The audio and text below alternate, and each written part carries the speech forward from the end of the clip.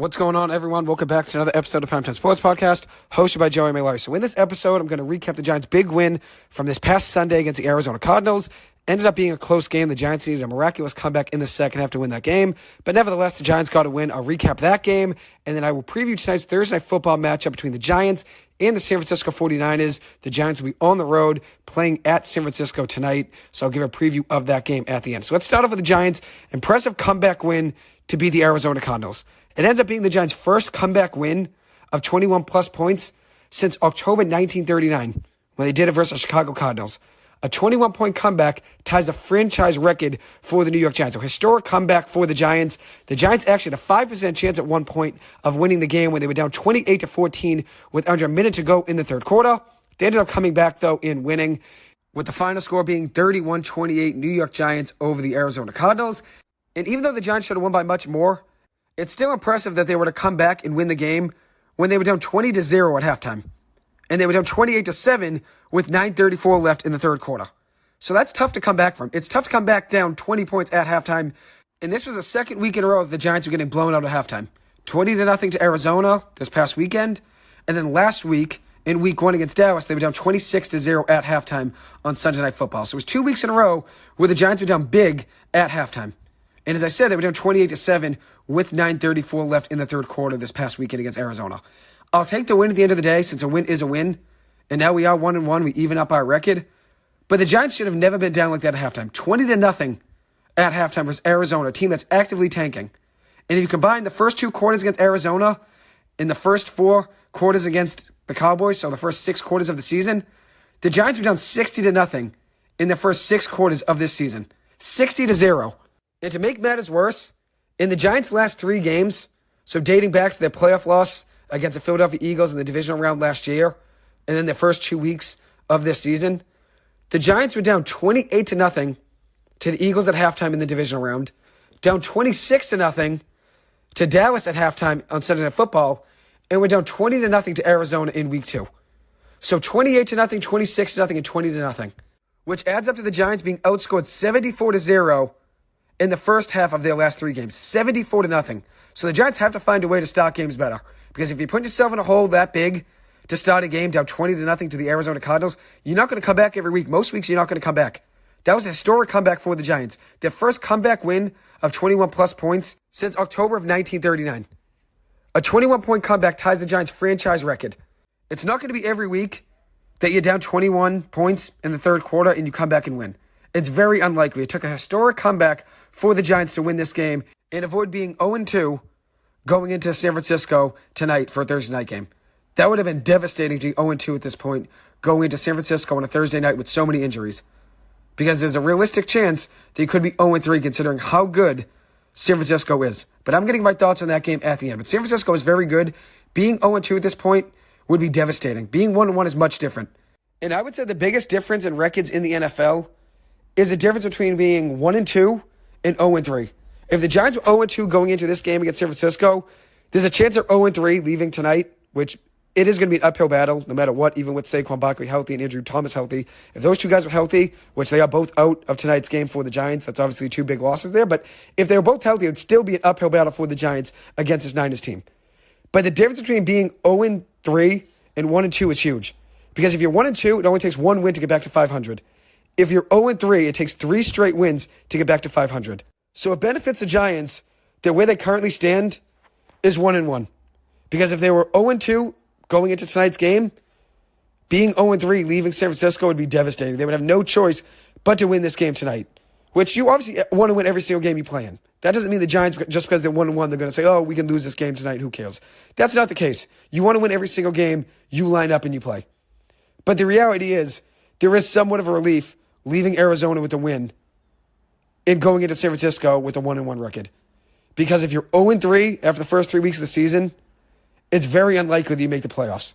But if you're 1-1, now 1-2 if you were to lose tonight, you still have a chance of making the playoffs. You just got to win week 4 and get yourself back to 500. And that's a goal of a lot of teams. When they started the season, let's say 0-2 like the Cincinnati Bengals, the goal is just to get back to 500 and restart your season. Win 2 games in a row, get a clean slate, and get yourself back on track. That's what you got to do. You got to just build wins and keep progressing week by week, going 1 game at a time. That's all you could do. You can't look too far down your schedule because in reality, every single game matters the same amount. Every game counts for one win and one loss, or even one tie in a rare occasion. But every single game counts as the same amount of value. One win is one win, whether you're playing San Francisco, or you're playing Atlanta, or you're playing Arizona. All of those games count as one win when you beat those teams. With that being said, though, it doesn't mean beating Arizona gives you the same confidence that beating San Francisco does. If you beat San Francisco, you're going to have so much more confidence in your team and have so much momentum rolling into next week than you would if you just beat the Arizona Cardinals. Beating Arizona, though, in the fashion the Giants did beat them on Sunday, definitely gives the Giants some momentum heading into Santa Clara tonight for Thursday Night Football. But let me get back to this game against Arizona. So they were down 20-0 at halftime, right? The Giants looked so lost at halftime. They looked so dysfunctional, so lackadaisical. They looked like they didn't care at all. They looked like they did not care one bit. Everyone on Twitter was ripping Daniel Jones at halftime, ripping his contract, saying he stole from the Giants. And then Daniel Jones came out of the locker room with a fire that I've never seen him play with. He completely took over the game and was automatic, putting the Giants on his back and leading them to a monstrous comeback victory. Because if the Giants lose that game, it's devastating to be 0-2 and playing the Niners on a short week. Devastating. But Daniel Jones wasn't going to let that happen. He came out with fire in the second half and completely turned the game around. And he relied on play action very well. The Giants have to use play action to their advantage. And it's going to be different with Saquon Barkley hurt. Play action isn't going to be as easy for the defense to bite on. But in the second half off play action, Daniel Jones was 13 of 15 passing for 229 passing yards, which ended up being the most passing yards he had in a game in his career off of play action. And he did that all in just one half against Arizona. He found Jalen Hyatt for 2 deep shots off play action. One of them that was underthrown. Could have been a touchdown if Daniel Jones didn't underthrow him. But regardless, it was a great pickup. That one ended up going for 58 yards right out of halftime, the first play from scrimmage. And then he found Hyatt for another 31-yard strike. So Hyatt in the game was 2 catches for 89 yards total with a 58-yard deep shot, which ended up being a big momentum swing for the Giants. And if you look at Hyatt on film, just pure speed, and he gets by the defensive backs so easily. Gets behind the secondary so easily. Maybe see if Daniel Jones takes a deep shot to Hyatt tonight. We'll see if he takes a shot downfield. If the Giants are down in the game, it's going to be a screw, let's air it out, see what happens type of situation, just like the way Daniel Jones played against Arizona. The Giants were down big. They were willing to take risks, throwing the ball deep downfield because they said, okay, this game's already out of hand. We're down 20-0 at halftime. Let's just see what throwing downfield can give us. And that's what the case was. It's worth taking that risk when you're down by that much because the benefit outweighs the risk that much when you're down by that much at halftime. Because you're already down 20-0. You might as well take a shot downfield. And we'll see what the Giants do tonight against San Francisco. One thing in that Arizona game, the offensive line did play better.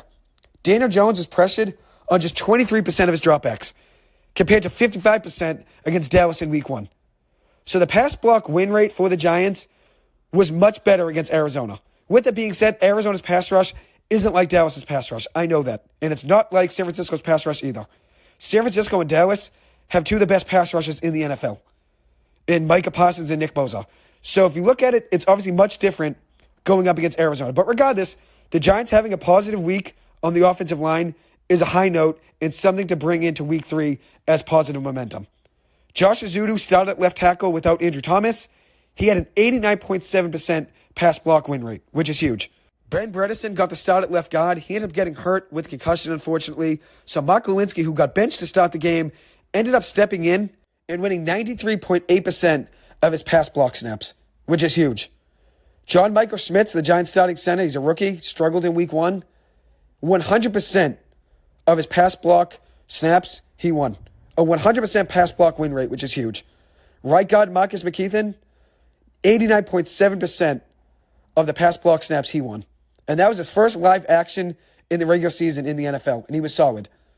And then right tackle Evan Neal improved heavily in week 2. 93.1% of his pass block snaps he won, which is obviously much better than what he was doing in week 1 against Dallas. One thing that Neal did struggle with was penalties, including a holding call that costed Daniel Jones a rushing touchdown. But he did look a lot better this week than last week, and I'll take that at the end of the day. And maybe this past week's game versus Arizona just proves how good Dallas's defensive line is and how good their pass rush is overall. Because if you look at it, the Giants' offensive line against Dallas really struggled. Then against Arizona, even with backups in there for Andrew Thomas and Ben Bredeson getting hurt, and obviously Mark Lewinsky getting benched, the offensive line looked a lot better in week 2 than it did in week 1. So maybe it just proves how good Dallas' defense is. And the second half, Daniel Jones threw for 259 yards off 17 of 21 passing, with 2 passing touchdowns, no interceptions, a rushing touchdown, and no turnovers, with 8 rushing attempts for 58 rushing yards. No quarterback in NFL history ran for 50 rushing yards, passed for 250-plus passing yards, threw for multiple passing touchdowns, rushed for a touchdown, and had no turnovers in the second half of a game. No other quarterback in NFL history had all of those stats there. 250-plus passing yards, 50-plus rushing yards, threw for multiple passing touchdowns, rushed for a touchdown, and had no turnovers in the second half of a game in NFL history. Daniel Jones became the first quarterback ever to do so. And one thing that looked different in that second half, it looked like Brian Daboll was calling plays for the Giants, which could have been the reason we turned things around in the second half. He was great being the play call for the Buffalo Bills when Josh Allen really turned things around. Brian Daboll was a big reason that Josh Allen became the quarterback he did. And I think there is a chance he was calling plays. It looked like it on the sidelines, and there was a lot of speculation around it. I know Daniel Jones said in an interview a couple days ago that it was still Mike Kafka calling the plays, but it looked like Daboll was calling the plays. And even if he wasn't, maybe he took over in the second half and was telling Mike Kafka, hey, I see this, I see that, maybe call this, maybe call that. Maybe it wasn't Daboll every play, but it looked like there was a chance that he was calling plays for the entire second half. And that's all speculation. But if that were to be the case and he was calling plays in the second half, then he has to call plays again tonight versus the Niners. Because it worked on Sunday, and even though San Francisco is a better team, the Giants, with all the momentum they had on offense, you got to try to see if that works again, if Daboll were to be the play caller. As I said, this is all speculation, but if that were to be the case, make Daboll the play caller again tonight. And in that second half, the Giants were filled with big plays. 4 pass plays of 25-plus yards, including 6 plays that were pass plays of 15-plus yards, with 3 plays of 15-plus yards from Darius Slayton. He had a big second half. And the Giants also had 5 runs of 10-plus yards, 3 of them being from Daniel Jones and 2 of them being from Saquon Barkley. Some huge runs from Saquon, huge runs from Daniel Jones, and really got the Giants back in the game. Daniel Jones had a third down play where he scrambled, avoided a tackle, and got up the sidelines, got the angle, and got a first down. A play that was, I think, 3rd and 11, maybe 3rd and 12. And Daniel Jones got the angle, got up the sidelines, and got the first down. And wasn't afraid of staying in bounds to try to get an extra yard. Daniel Jones is a tough quarterback. He takes a lot of big hits, and I'm sure tonight he'll get hit too because San Francisco is a great pass rush.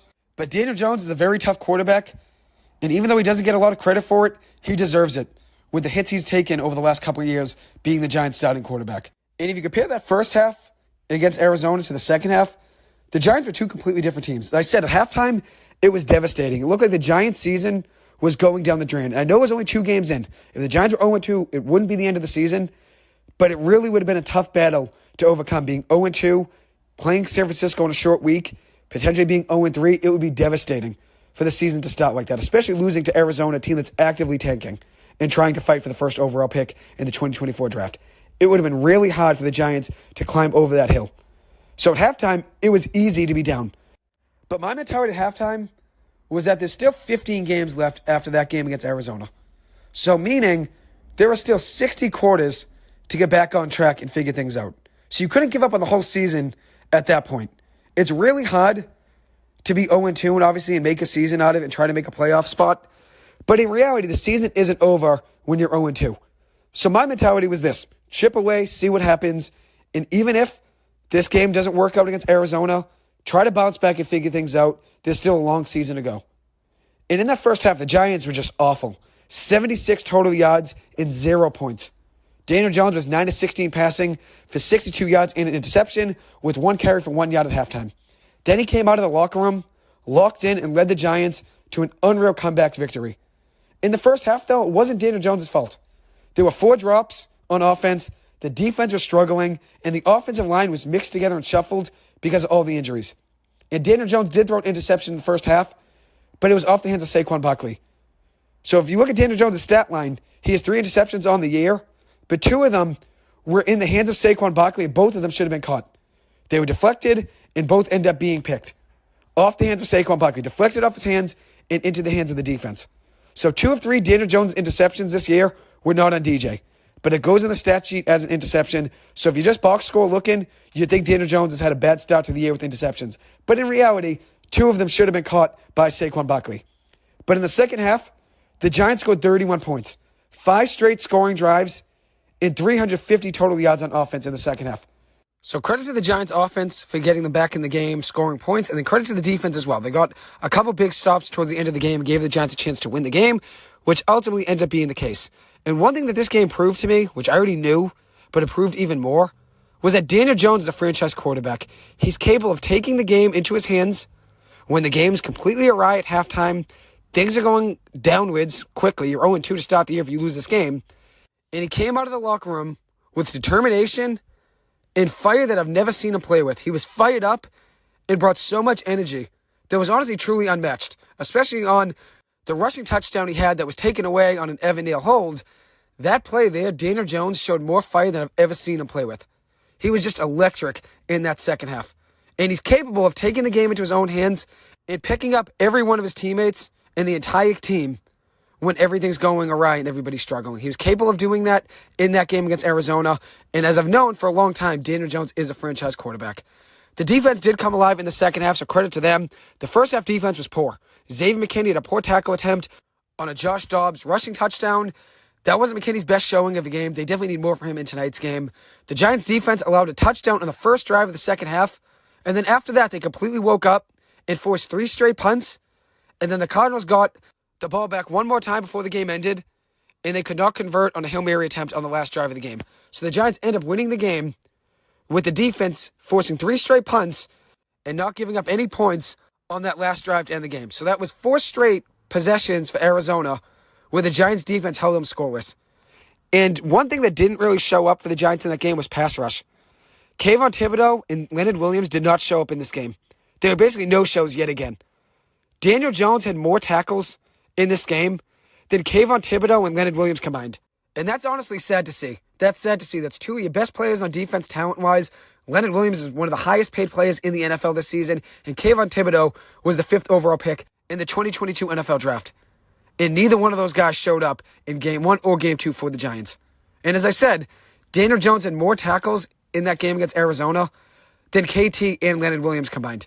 Thibodeau and Williams had no tackles together, and Daniel Jones had one, which ended up coming on the tipped pass interception off Saquon Barkley's hands. Daniel Jones rushed down the field and made the tackle, preventing a pick 6, which was obviously huge for the Giants, not trying to give up a pick 6 for the second week in a row. But 0 tackles for Thibodeau and Leonard Williams, which is honestly definitely a worry in my eyes.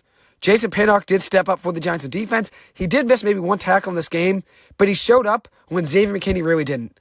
Pinnock had 13 combined tackles and 3 tackles for a loss. He was great in this game. The Giants outscored Arizona 31-8 in the second half. And they had no option but to do that if they wanted to get a win and get themselves back to 500. And as I said, 1-1 and 0-2 are very different. Just like 1-2 and 0-3 are very different as well. If you're 1-1, you can lose week 3 and be 1-2 and just need one more win to get yourself back to 500 and be 2-2. If you're 0-2 and you lose week 3, 0-3 means you need 3 straight wins to get yourself back to 500. And that's obviously a tough task in today's NFL. And as I've noted now multiple times, if the Giants lose to Arizona and then they lose to San Francisco, they're 0-3 and their season is almost completely lost. Even though there still is a long way to go. There's still another 14 games after week 3 is over. Being 0-3, especially in the NFC East, means you got to really go on a run and really figure things out. Especially in a competitive NFC. The NFC is very competitive this year. There are 7 undefeated teams in the NFC through week 2. So heading into week 3, there are 7 teams that are 2-0 in the NFC. So being 0-3 would not be the best way to start the season, especially in the NFC this year. The Giants needed a fire under them to get back on track, and that's what happened in the second half. I know Arizona is actively tanking, as seen by their last few drives and their play calling and their penalties late in the game, but a win is a win at the end of the day. One issue with this game, though, on Sunday is that Saquon Barkley got hurt. He now has an ankle sprain that he suffered on the last drive of the game for the Giants, which ended up setting up Graham Gano's game-winning field goal, but Saquon Barkley will now be out tonight, and my guess is probably out 2 to 3 games, even though in an interview a day or so ago now, Brian Daboll said that Saquon Barkley could play tonight against San Francisco. I think that was just a smokescreen to get San Francisco to think that Saquon could play, and maybe they have to game plan for him and not game plan for Gary Brightwell and Matt Breida.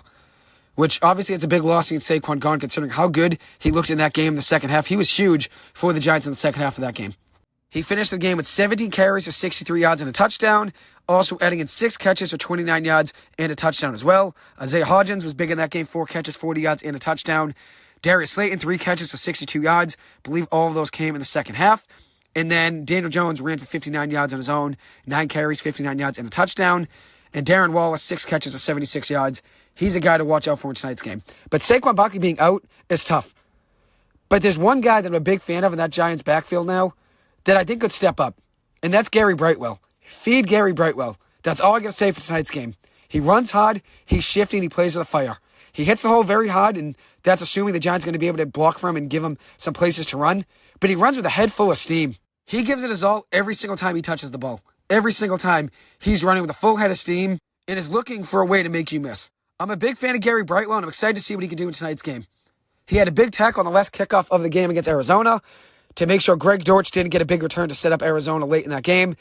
Brightwell made a big tackle on special teams, and now he gets an opportunity to get more touches tonight, which overall in his NFL career, this is his 3rd year in the NFL, he hasn't really had the opportunity to get many touches, considering Saquon was fully healthy last season, and then a couple years ago, he was really just a special teams guy. He got a couple touches at the end of last season in Week 18 against the Philadelphia Eagles when Saquon Barkley didn't play, but he really hasn't gotten many opportunities, and now I'm excited to see what he can do tonight, because I'm a big fan of Brightwell, and I think he can do big things for this team.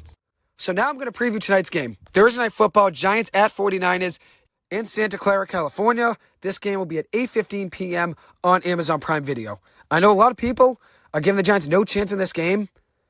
Even without the injuries, it would still be an uphill battle for the Giants because of how good the 49ers are and how deep they are on offense and defense. But you still have to play the game. You still have to play the game no matter what. You can't just look at the two rosters on paper and see all the Giants' injuries and say, yeah, the game's over, San Francisco wins. You never know if you can catch the 49ers by surprise. If they take the Giants lightly and see all the injuries, and they're playing their first home game of the year, maybe they take the Giants lightly. With that being said, I think the Giants have the chance tonight to shock a lot of people. And I'm going to make the case that the Giants are going to shock a lot of people in tonight's game, and I think they're going to stick around in the game tonight. And I'm not going to make the prediction that they're going to win this game, because when I do that, I feel like I jinx them sometimes. But I think they're going to be in this game and stick around all 4 quarters. And if you look at it online, 10 out of 10 experts on NFL.com have the Giants losing this game by at least a touchdown or more. And then if you look at Twitter and Instagram and every sports major network, whether it's ESPN, Fox Sports, CBS Sports, no one is giving the Giants a prayer to win this game. But here's the thing. With people already thinking this game's over and thinking the 49ers already won this by 14-plus points, the Giants can play in this game pressure-free and exceed expectations just by being in this game and bringing some momentum into next week at home on Monday Night Football versus Seattle. The Giants, if they stay close to tonight's game, could use this game tonight as a building block for the rest of the season. And the Giants have had success historically versus San Francisco, including beating them in the 2011 NFC Championship game 20-17 in overtime. The Giants got a big win at Candlestick Park and sent themselves to the Super Bowl, where they ended up going on to beat Tom Brady and the Patriots for the second time in 4 years. The Giants last played the 49ers in 2020, where the 49ers won that game 36-9 on the road against the New York Giants at MetLife Stadium. The Giants last beat them, though, in 2018, 27-23 on the road, and that was in the 2018 season, November 12th of 2018 on Monday Night Football. There are some key injuries in tonight's game, though, for the Giants. Saquon Barkley will be out with an ankle injury. They said he could have played in tonight's game potentially as a game-time decision, and then yesterday the Giants ended up ruling him out. I think that was really just to get the 49ers to think Saquon was going to play and have the game plan for him, but I think that was just a smokescreen. I think Saquon Barkley will end up missing probably 2 to 3 games. Starting left tackle Andrew Thomas will miss the second week in a row with a hamstring injury. That's a huge loss. But the Giants found a way to win on Sunday without him versus Arizona. And I know Arizona and San Francisco are very far apart in town and firepower. And obviously, where both teams are going to end up at the end of the season. San Francisco is fighting to win the Super Bowl, and Arizona is fighting for the first overall pick. But the Giants' win on Sunday without Andrew Thomas was impressive. Considering how poor the Giants' offensive line looked in Week 1 versus Dallas, Week 1 was tough, but Week 2 was an improvement for the Giants' offensive line. Now they have a big task at hand trying to stop the 49ers' pass rush. Outside linebacker Azeez Ojulari will be out of tonight's game. He's been non-existent and injury-plagued. He is out of tonight's game with a hamstring injury. And then Ben Bredeson, he has a concussion. Once again, another tough loss on the offensive line. Considering how good he looked last week before the injury, it's tough to lose another starting offensive lineman, especially against the 49ers defense. The Giants will have Wan'Dale Robinson back in the lineup tonight. Second-year wide receiver who was a spark for the Giants in offense last year before tearing his ACL. And I think he's going to end up being the wide receiver 2 to Darius Slayton, who I think is the wide receiver 1 in this Giants offense. One way that you can beat the 49ers on offense is by throwing over the middle. And the Giants do love throwing the ball on in routes and on slants, and maybe that's a way the Giants pick apart the 49ers on defense tonight, if Daniel Jones does end up having the time to look downfield and throw. Look for Darren Waller to be a safety blanket for Daniel Jones over the middle, And also watch out, though, for 49ers linebacker Fred Warner. He's one of the best linebackers in the NFL. 19 tackles, 2 tackles for loss, and a sack on the year. The Giants definitely have to look out and see where he is on the field at all times. With Wanda Robinson being back, now that brings into question whether or not Sterling Shepard will be playing tonight. There is a chance Shepard could be a healthy scratch, since he only played really 20% of snaps on offense in the first 2 games, and only has 2 targets in the first 2 games of the season.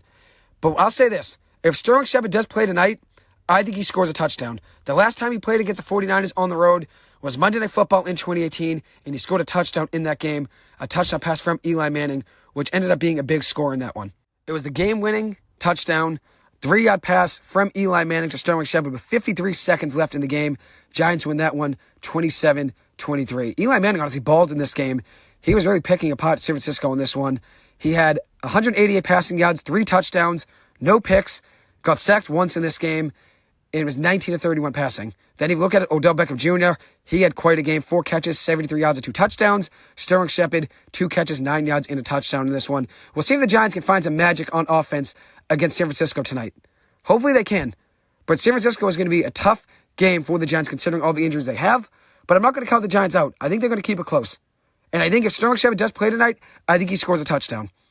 As for the 49ers, they're dealing with a couple injuries as well. Wide receiver Brandon Ayuk is questionable for tonight's game with a shoulder injury. My guess is that he will sit out considering it's a short week, but we will see if he does end up sitting out. It would help the Giants on defense considering Ayuk as another weapon in that 49ers offense.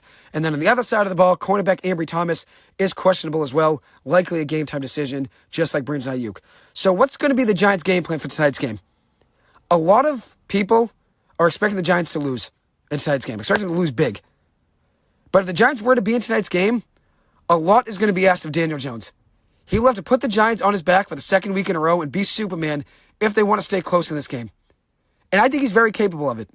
Daniel Jones picked up the team in the second half versus Arizona after the Giants had 6 scoreless quarters in a row. And with the season dwindling in his hands, with potentially being 0-2 after the first 2 weeks, he delivered a monster comeback coming out of the tunnel after halftime and got the Giants a historic win and got them back to 500. Daniel Jones will have his hands full without Saquon Barkley, which is a big storyline heading into this game. Daniel Jones has struggled in his career without Saquon Barkley. It's going to be a big thing they're going to mention in tonight's game. But one thing with Daniel Jones is that he's been doubted his whole career as a Giants quarterback. Even at halftime last week versus Arizona, everybody was talking about the Giants going for Caleb Williams if they were 0-2 and saying how Daniel Jones robbed the New York Giants with that huge contract this past offseason, 4 years, $160 million. And then Daniel Jones came out of the locker room and shut the haters down and completely silenced them. And once again, he's being doubted in tonight's game. People think he's going to struggle against the 49ers, which could be the case. The 49ers are a very good defense. But in my eyes, I think Daniel Jones can go out there tonight and shock the world. I have all the confidence in the world in Daniel Jones. And as I said now many times on the podcast and on the radio show, Daniel Jones is a franchise quarterback, no doubt in my mind. And another storyline of tonight's game will be Daniel Jones' record in primetime games. He's 1-10 in his career in primetime games with a 61% completion percentage, 12 passing touchdowns and 15 picks, and 199 passing yards per game on average. But I think that's a lazy storyline and a lazy narrative. Because a lot of those starts for Daniel Jones, he was on a very poor Giants team with Joe Judge as head coach, a bad offensive coordinator, whether it was Jason Garrett or Freddie Kitchens, and an atrocious offensive line with average weapons at best. Really, besides last year, Daniel Jones wasn't really surrounded with much, especially coaching-wise. And even with weapons last year, Daniel Jones didn't really have the best weapons. And I don't think every quarterback in the NFL is going to have perfect weapons and a perfect offensive line and a great coach and a great offensive system. But Daniel Jones, over his career, really has been shorted of all of those things. And that's why I give Daniel Jones some slack when I look at what he's had to deal with over the years. He had Joe Judge as his head coach, Pat Shurmur as his head coach, bad offensive coordinators, poor offensive lines, and average weapons at best. So I don't really weigh Daniel Jones' record in primetime games too much on him. Because I think it's really a narrative of what the team was around him, not a narrative of Daniel Jones under the bright lights. And that's why I don't think quarterbacks should be labeled with win and loss records. I really don't, since a lot of the time it does take a full team to win a game. I know on Sunday, Daniel Jones did take the offense under his wing and really took over the game and put them on his back, but the defense stepped up in the second half as well. It takes a team to win a game.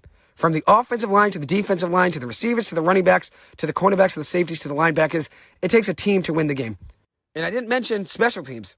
Kick returners, punt returners, kickers, punters, long snappers, they all play a fair share of the game as well. Even though special teams isn't as big of an important part of the game like offense and defense, Having a bad punt, a blocked field goal, or a big 55-yard field goal for the win, those can all pick up a team or break a team. So it really is a team game in the NFL. So I don't really blame quarterbacks for the win-loss records. I don't. But one thing people are going to mention in tonight's game on the broadcast is Daniel Jones' numbers with Saquon Barkley in the field and his numbers without Saquon Barkley. Daniel Jones in his career with Saquon Barkley, he's a 59 quarterback rating with 229 passing yards per game, 46 passing touchdowns with 20 interceptions with a 90.4 passer rating.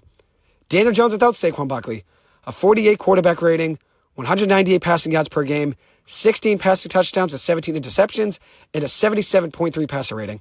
So Daniel Jones' numbers are better with Saquon Barkley out there, but I don't really like how the narrative is Daniel Jones isn't good unless Saquon Barkley's on the field. Because in reality, a lot of the time, quarterbacks have it easier passing the ball when they have a star running back in the backfield because it opens up holes. The defense has to keep their eyes on the running back at all times. Saquon Barkley is very dangerous, so the defense has to game plan for him every time he is on the field and every single snap. Make sure Saquon Barkley's not going on a wheel route. Make sure Saquon's not dipping to the outside. The defense always has to keep their eyes on Saquon Barkley when he's on the field. But that doesn't mean Saquon Barkley makes Daniel Jones a quarterback he is. Because in reality, there's a lot of quarterbacks in the NFL that have it easier when their running back is as special and as talented as Saquon Barkley. It opens up the entire field, considering the defense has to bite on play action. When you don't have Saquon Barkley out there and you're running play action with, let's say, Devontae Freeman, the defense doesn't have to bite as much because it's not Saquon Barkley. And I think Daniel Jones will prove some people wrong about that tonight. I think he's very capable of performing without Saquon Barkley out there. The numbers may say he has 16 touchdowns and 17 interceptions when Saquon Barkley's not there, but you also got to consider what Daniel Jones has had around him. Let's say when Saquon Barkley's not on the field, Daniel Jones doesn't really have much around him besides Saquon Barkley in that offense. He really hasn't had that in his career. Really has never had a great offensive line, never really has had that great of weapons. Considering Kenny Golladay was signed in 2020 to be that guy, and he never was for the Giants on offense. It's tough for Daniel Jones to perform when he really hasn't had much around him.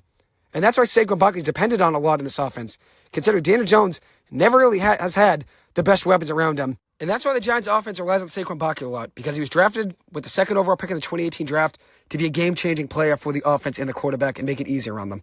And that's why Daniel Jones needs Saquon Barkley out there a lot of the time, because it's definitely easier to make plays when you have Saquon Barkley on the field. But when he's not out there, you still have to go out there and make plays. And that's why I think Daniel Jones is capable of doing that tonight with Gary Brightwell, and I'm excited to see what they can do. The Giants offense will be rolling with the same offensive line they had in the second half versus Arizona on Sunday. It'll be Josh Azudu probably at left tackle. At left guard will be Mark Lewinsky. At center, John Michael Schmitz. Right guard, Marcus McKeithen. And right tackle, Evan Neal. And one thing I think the Giants should use is probably quick routes in order to get the ball out of Daniel Jones' hands quick so he doesn't really take too many hits. I think Daniel Jones should take some shots downfield, but definitely use some of the ground in the middle of the field. Considering the Niners can be beat over the middle, maybe throw 15-yard posts over the middle of the field. The 49ers are allowing 248 passing yards per game, which is 23rd in the NFL. So you can definitely beat them over the middle in the pass game. And that stat can be a little misleading since the 49ers are often up in games, especially in the first two games of the year. The last game against the Rams was closer than week one against Pittsburgh. But since they're up in a lot of games, the quarterbacks on the other team have to pass the ball since they're down a lot. They can't really use the run anymore. So people neglect the run and stop throwing the ball. And that's why they probably have given up 248 passing yards per game.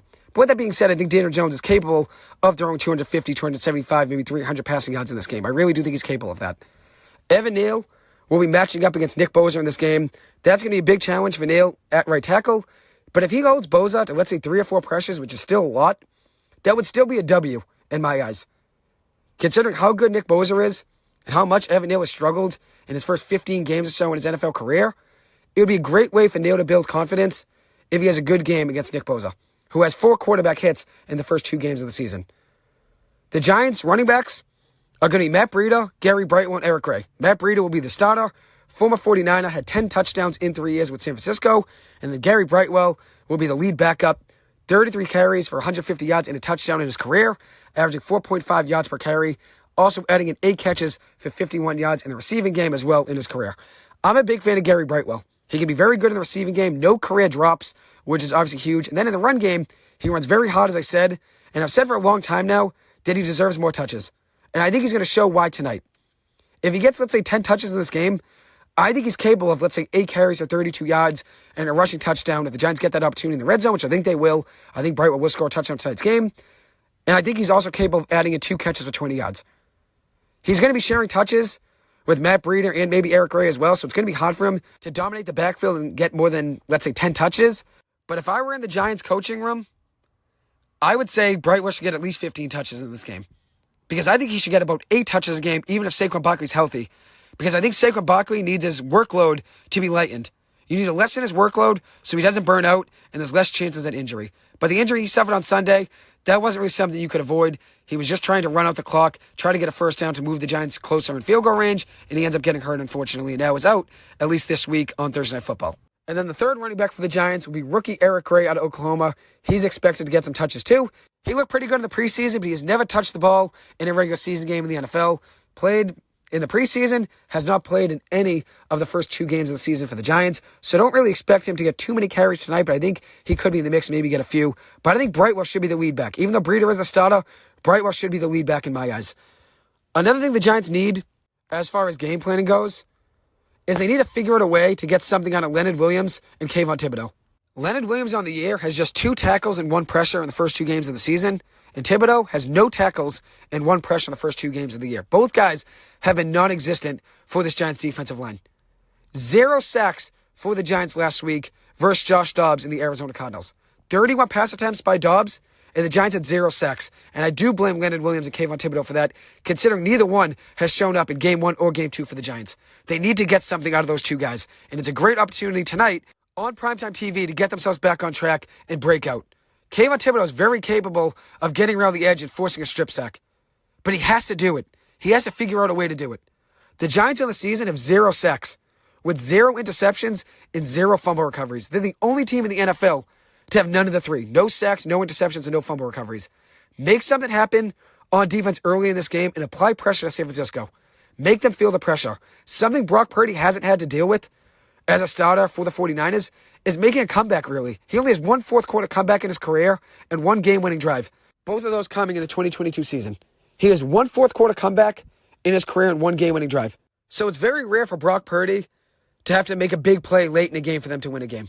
It's rare, considering how good the 49ers are. They typically have at least a touchdown or so lead, and they run the ball late in games. Purdy hasn't been asked to do too much for them to win games. He hasn't been. San Francisco's often up with a comfortable lead late in games, and as a result, they run the ball a ton in those situations. So Purdy has never really been tested to make a big throw late in the game or master comeback, let's say like Daniel Jones had to do against Arizona on Sunday. And part of the reason is Brock Purdy has so much around him. So much around him. A prime left tackle, unreal skilled position players, George Kittle at tight end, Christian McCaffrey at running back, Brandon Ayuk and Deebo Samuel at wide receiver, and then the defense is loaded, and the offensive system is very quarterback friendly. Purdy never really has to throw into tight coverage or throw the ball deep in big situations because they're often up with a comfortable lead late in games where they can at least run the ball in those situations, and he doesn't really have to be tested late in the game to make a big play. And so that's one thing I want the Giants to do in this game.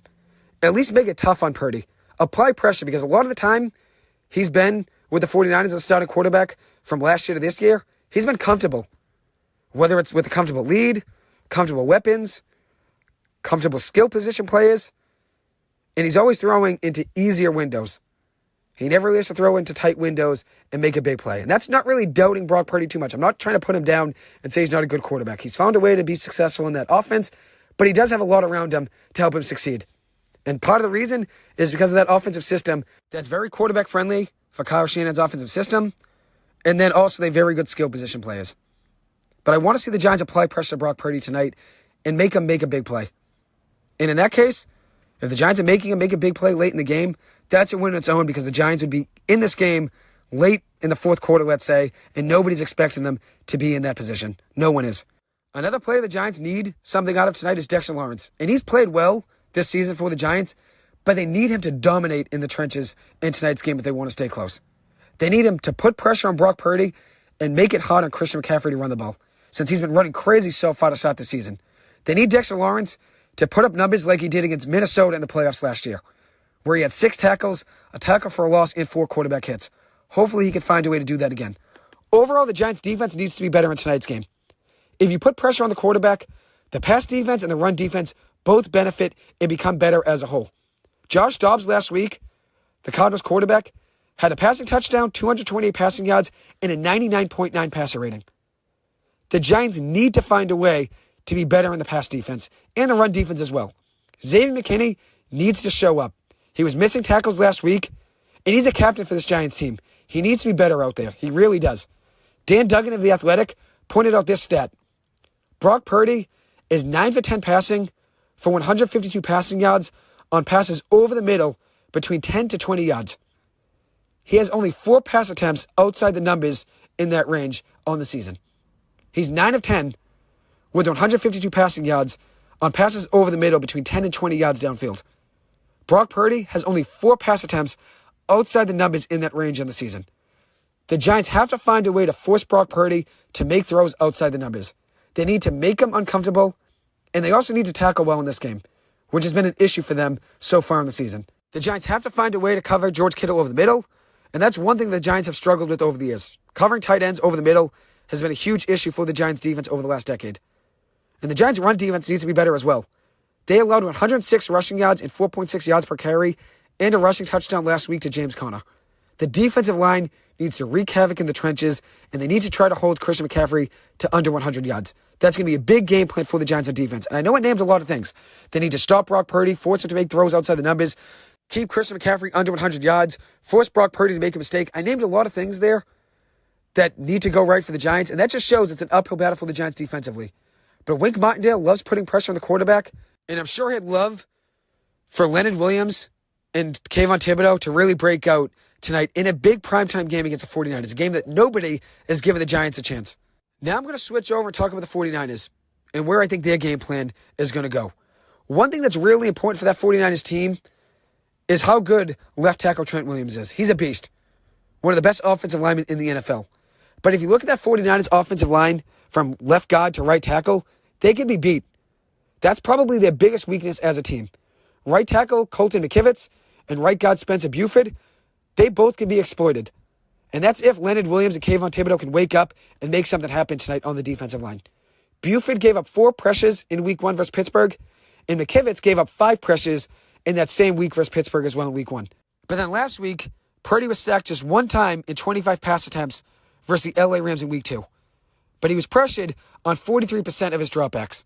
The Giants need to find a way to put consistent pressure on Brock Purdy. That's asking a lot. But the 49ers offensive line from left guard to right tackle can be beaten. That's their biggest weakness as a team is left guard to right tackle. And one thing the 49ers do well is they make the game easier on Brock Purdy. And as I've mentioned now multiple times, he never has to make too many big throws since they have a great run game. Never really has to throw the ball deep downfield. He never really has to close out too many games considering how good their run game is, and they're often up in the fourth quarter. They have an elite defense and have a quarterback-friendly offensive system. And that's why I question Brock Purdy. He's found a way to be successful in the NFL, so credit to him for that, especially considering he was the last pick in the NFL draft and found a way to become the starting quarterback for the 49ers last season. But he's never been asked to throw for 300 yards and 3 touchdowns. That's never really the game plan for him. He's never forced to do that because of how good their run game is. And if you look at what's around him, he has a prime left tackle, an elite running back, the best gadget player in the NFL in Deebo Samuel, a top tight end, and one of the best second wide receiver options in the NFL in Brandon Ayuk. And arguably the best defense in the NFL with the most quarterback-friendly offensive system. Brock Purdy in his career is 7-0 as a starter. He's the first quarterback ever with a passer rating of 90 or higher in each of his first 7 career starts in the NFL. And if he wins tonight, he would be 8-0, which would be the 3rd most consecutive wins by a quarterback to begin a career since 1970. But part of the game is easier on him because of how good Christian McCaffrey is. 268 rushing yards on the season, which is most in the NFL, and he has 11 straight games with a touchdown. He has scored in every game since Week 13 of the 2022 NFL season. And if he scores tonight, he would become just the 5th player since 1990 to score a touchdown in 12 straight games. Last week versus the LA Rams, he had 20 carries for 116 yards and 5.8 yards per carry with a rushing touchdown. He has had at least 115 rushing yards in both games this season. So the Giants have to find a way to limit Christian McCaffrey. If the Giants hold him to, let's say, under 100 yards, that would be a win. That would be huge for the Giants' run defense. And maybe we'll see some Elijah Mitchell now that he's healthy. He'll probably get some carries as well. So that could maybe take away from Christian McCaffrey. But McCaffrey's been great this season. The 49ers are averaging 174 rushing yards per game. And one thing the 49ers love to do is get their players the ball with open space. They love getting their skill players the ball with open space, like Deebo Samuel on a screen or on a jet sweep, Christian McCaffrey in an out route or on a toss. They love getting those players the ball with some room on the outside. They love that. So that's one thing the Giants are going to have to watch out for in tonight's game. Another thing is that the 49ers defensive line is great. They're allowing just 65 rushing yards per game. And the Giants' run offense has been very good. They're averaging 117.5 rushing yards per game on the ground, which is great. But that obviously includes Saquon Barkley being healthy. The Giants have averaged just about 118 yards per game on the ground. But that's with Saquon Barkley fully healthy and Daniel Jones running the ball as well as he did last week. But I do have faith in Gary Brightwell. I do have faith in him. So now, what are my predictions for tonight's game? One thing is that the Giants need to find a way to apply pressure on the 49ers early in the game, make them sweat. Maybe run an option play early in the game with Daniel Jones, and if he takes it off for 25 yards, maybe that could give the Giants offense some confidence early in the game. Because one thing the Giants are going to have a problem with is moving the ball versus the 49ers. At least gaining momentum, let's say. If they pass the ball well, that's obviously going to move the ball downfield, but they're going to need to run the ball at some points too. And maybe Daniel Jones needs about 50 rushing yards in this game to keep the Giants in it. If the Giants want to win this game, what do they need to do? For one, Daniel Jones has to have at least 300 plus passing yards, I'd say, with maybe 50 yards on the ground. I'd say Daniel Jones needs to combine for 350 plus yards between passing and running. And that's asking for a lot. And he probably needs to throw a couple touchdowns as well, and maybe have at most one turnover in this game. But Daniel Jones has been playing pretty well on the road in his last two starts. He has 2 straight road starts with 300 plus passing yards. And he has a 90 passer rating or better in 2 of 3 Thursday Night Football starts in his career.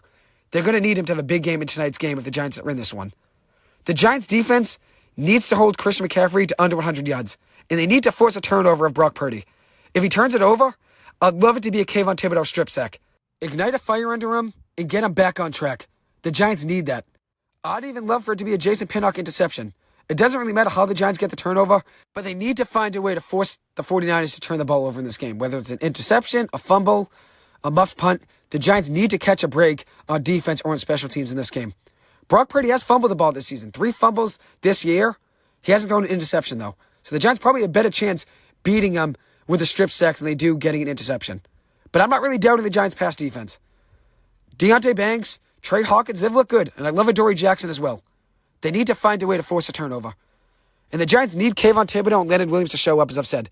They need probably 6 combined pressures between those two guys and at least a sack. And even then, it's still probably not enough for the Giants to get in this game and win. But it would be progress considering how poor Leonard Williams and Kayvon Thibodeau have looked in the first 2 games of the season. They need those 2 guys to show up in a big way for the Giants to win this game or even stay close in this game. If the Giants don't win, I'd love for them to stay close towards the end and keep it respectable. The Giants' offensive line needs to give Daniel Jones some time to make plays. And with that being said, the Giants need Evan Neal to hold Nick Bosa to, I'd say, 3 pressures, maybe 4 pressures at most. And that's still a lot of pressures. But considering how good Nick Bosa is, 3 or 4 pressures would be an improvement for Evan Neal versus Nick Bosa, considering how poor Evan Neal was week 1 versus Micah Parsons in the Dallas Cowboys defense. The issue is, though, is that the Giants have to figure out a way to score points because the 49ers find a way to move the ball rather easily. And the problem is that the 49ers have so many weapons on defense, including Javon Hargrove, a defensive lineman they got from the Eagles in free agency, who has 4 tackles on the season with 2 quarterback hits and a sack. Dre Greenlaw has 17 tackles on the year with a tackle for a loss. They also have Fred Warner at linebacker. He's great. Ambry Thomas, a starting cornerback for them, could be out of tonight's game. That could obviously help the Giants' pass game, but we'll see what happens there. But the 49ers' defense is really good, and it's headlined by Nick Bosa, who's a game-wrecking player on defense. The Giants need to find a way to limit him and make it easier on Daniel Jones. DJ is going to get hit a good amount tonight considering how good the 49ers pass rush is, but Daniel Jones was already pressured 55% of his dropbacks in week 1 versus Dallas, so he's used to getting hit and being pressured. So it's not going to be something he's not used to. But he's going to need to find a way to put this Giants team in his back and have a heroic game for the Giants to be in this one. But I have all the confidence in the world in Daniel Jones. I have all the confidence in the world in him. The Giants defense needs to find a way to tackle well. Because the 49ers love screen plays to Deebo Samuel. They love jet sweeps to wide receivers. And they often use Christian McCaffrey in a variety of ways. Whether it's in the slot and he's running routes. Whether it's a toss play. Whether it's a wheel route. They love finding ways to get their skill players the ball with open space. So the Giants have to find a way to tackle well in this one, since they struggled with that last week versus Arizona. And another thing I've mentioned now a million times, I sound like a broken record, they need to find a way to pressure Brock Purdy. That's a must in this game. Brock Purdy in 3 career home starts, he has 8 touchdowns, 7 of them being passing and a rushing touchdown with 1 interception. So only 1 interception in 3 career home starts. If the Giants get a turnover in tonight's game, that would be huge. If the Giants find a way to force a turnover of Brock Purdy in tonight's game, that would be huge. For the Giants offense, they need to limit turnovers. On the season, the Giants have a -4 turnover differential. San Francisco has a +3 turnover differential. San Francisco on the season, 6 sacks. The Giants have 0. The Giants need to find a way to get pressure tonight and maybe give up 2 to 3 sacks at most, and that's asking for a lot. If they want to win this game, I'd say 2 to 3 sacks at most, maybe 4 tops, and that's still trying to ask for a lot for that Giants offensive line. Only 4 sacks with backups at 2 starting positions on the offensive line against that 49ers pass rush, that's still asking for a lot, only giving up 4 sacks. And it's going to be difficult to limit them in their pass rush, especially considering the Giants' offensive line is injury-plagued. But they found a way to win last week's game and found a way to give Daniel Jones time in that one. And hopefully tonight they can do the same. And as I've mentioned now multiple times, I know the 49ers in Arizona are very far off in where they both are talent-wise. The Giants' defense needs to hold San Francisco to, I'd say, around 24 points at most if they want to win this game. San Francisco's giving up just 15 points per game in the first 2 of the season, while scoring 30 points per game on offense. The Giants' offense is averaging 15.5 points per game since they scored 0 in Week 1 against Dallas, and they're giving up 34 points per game on defense. So the Giants need to find a way to be better defensively and on offense. And one guy the Giants need to have a big game is Gary Brightwell. And it could be Matt Breida who gets the most touches, but I think Gary Brightwell should get the most touches out of that running back room with Saquon Barkley hurt. If Gary Brightwell gets 10 touches in this game, I think he's capable of, let's say, 50 total yards and a touchdown. And I think he does score in tonight's game. He's a shifty back who runs hard, he's tough to bring down, and he's an absolute baller who runs with a full head of steam every single time he touches the ball. And I think he's going to surprise the people in tonight's game. People are acting like this 49ers team is going up against a 2017 0-16 Cleveland Browns team. But the Giants, I think, have an opportunity to surprise people tonight and keep it around a 1-score game. At least for the majority of it, keep it around a 1-score game. And that may be wishful thinking. But I think the Giants are capable of shocking the world. And maybe it's because of my love for this Giants team and how much I am annoyed at listening to everybody on the internet and everybody on sports networks saying that the Giants have no shot in this one. Nobody's giving the Giants a chance in this one. But genuinely, I do believe the Giants can catch the 49ers by surprise and make it a game tonight. And I think there's a chance that the Giants have the ball late in the game with a chance to win. I really do. And maybe that's wishful thinking at the end of the day. But I think with Daniel Jones as your quarterback and how well he played in that second half versus Arizona and how he was on a mission and capable of picking up everybody around him and making them all better, I saw that in that game, that heroic run by Daniel Jones in the second half. And I know it was against Arizona. I know they're not close to San Francisco, especially how good they are defensively, San Francisco. But I believe in Daniel Jones, and I think he's capable of a big game tonight. I really do. With all that being said, though, and I've mentioned this now multiple times, probably in the last minute, nobody's giving the Giants a chance in this one. So they have an opportunity to shock the world tonight. 99% of fans on NFL Pick Watch pick San Francisco to win this one, and every expert at ESPN, like Dan Graziano, picked the 49ers to win this one. It wasn't just Graziano. CBS sports writers, Pete Briscoe and others, had the 49ers winning this one. And USA Today, everybody there had the 49ers winning this one, including Nate Davis as well. Everybody has San Francisco winning this game. Now, I understand why. The Giants are injury-plagued. They almost lost to Arizona. They were scoreless for the first 6 quarters of the season. So they really struggled to score the ball. And obviously, Saquon Barkley's hurt. Andrew Thomas is hurt. Azeez Ojulari's hurt. Ben Bredeson's hurt. The Giants have a lot of injuries, and they're going to San Francisco in a short week, playing against one of the best teams in the NFL from top to bottom, whether it's offense, defense, coaching. They're really good, San Francisco. So I understand why people are picking them in this game. But nobody's giving the Giants even a chance to be close in this one. And I think the Giants are capable of keeping it close. And I think this game is capable of being a building game for the Giants.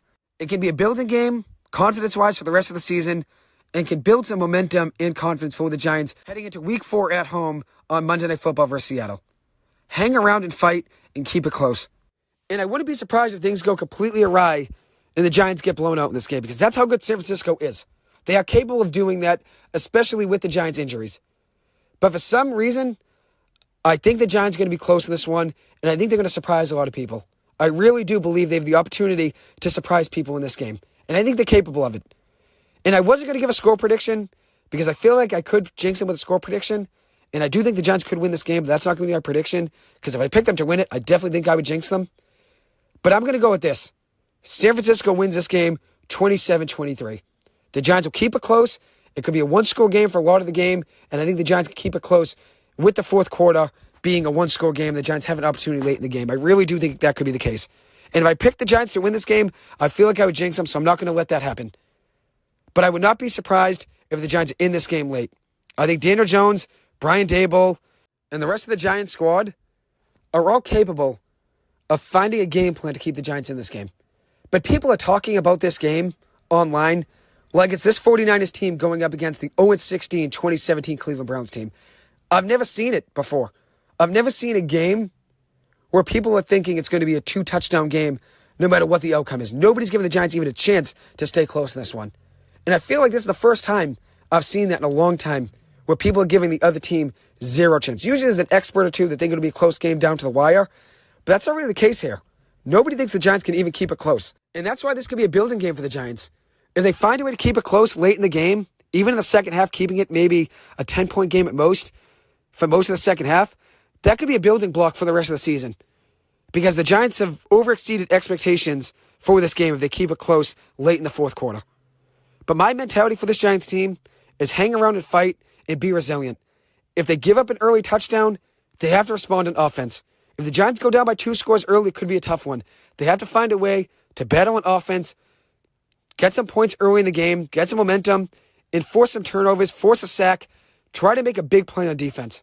Because if the Giants go down early in this one, let's say 14-0 early, the offense isn't getting going and there's a couple 3-and-outs, it could get ugly just like that Dallas game did. But I don't think that's the case here. The Giants found something in that second half versus Arizona on offense, and Daniel Jones was untouchable in that second half. And I know the Giants don't have Saquon Barkley and Andrew Thomas, but they need to find a way to get Isaiah Hodgins, Paris Campbell, Wan'Dale Robinson, Darren Waller, Gary Brightwell, Matt Breida the ball with open space and give them the opportunity to make big plays. Another guy that mentioned there was Jalen Hyatt. He probably needs to have a big 45, 50-yard catch in this game to swing momentum for the Giants on offense. The Giants need a lot from Daniel Jones in this game if they want to stay close. And if Daniel Jones struggles in this one, and let's say he gets sacked 6 times and has, let's say, 185 passing yards with an interception and a fumble and maybe 1 touchdown, people are going to talk tomorrow morning and say Daniel Jones was awful. He was absolutely awful. But people are looking at this game right now before the game starts and are giving Daniel Jones and the Giants offense and the Giants as a whole no chance in this game to stay close. So if Daniel Jones struggles in this game, that's in line with what people are expecting of him in this game. But he's still going to be ripped to shreds tomorrow morning on NFL Network and on ESPN and on FS1 if he does struggle in this one. He's going to be criticized no matter what he does in this game if the Giants lose. That's just realistic. And people are expecting Daniel Jones to struggle. And as I said, if he does struggle in this game, like people are thinking he's going to, a lot of experts are expecting the Giants offense to really struggle to move the ball, that would only be validated what people are expecting for this game. But they're still going to talk tomorrow morning and say Daniel Jones was absolutely awful and he's not a franchise quarterback and all that. And his contract was an absolute steal and a robbery by Daniel Jones from the Giants. That's what a lot of people are going to say, that Daniel Jones robbed the Giants if he does struggle in this game. But people aren't expecting anything of him. So it's a lose-lose for Daniel Jones. Because if he struggles, people are going to say he did awful in this game and he's not a franchise quarterback. Considering how many injuries the Giants have, people aren't really expecting the Giants to have a big game on offense. But as I've said now, if Daniel Jones struggles, he's going to get blamed. So we'll see what happens in tonight's game, but I am confident that the Giants keep this one close. I really am. Anyways, that will conclude this episode. Thank you guys so much for taking the time to listen to this. As always, I appreciate it. I hope you guys have a good one. Enjoy the game, and I will see you guys in the next episode. Thank you.